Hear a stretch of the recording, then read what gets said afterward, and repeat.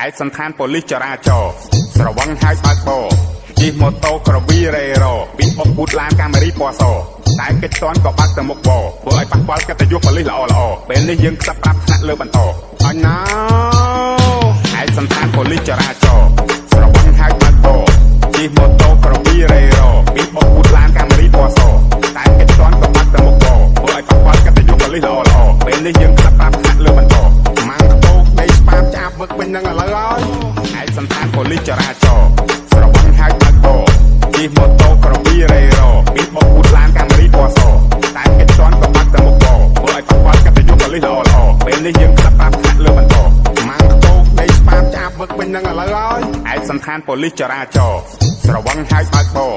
ជិះម៉ូតូក្រវីរ៉េរ៉ូពីអុកពូតឡានកាមេរីពណ៌សតែកិច្ចតន់ក៏បាក់ទៅមុខបរធ្វើឲ្យប៉ះពាល់កិត្តិយសប៉ូលីសល្អពេលនេះយើងខ្សឹបប្រាប់ថ្នាក់លើបន្តអញណា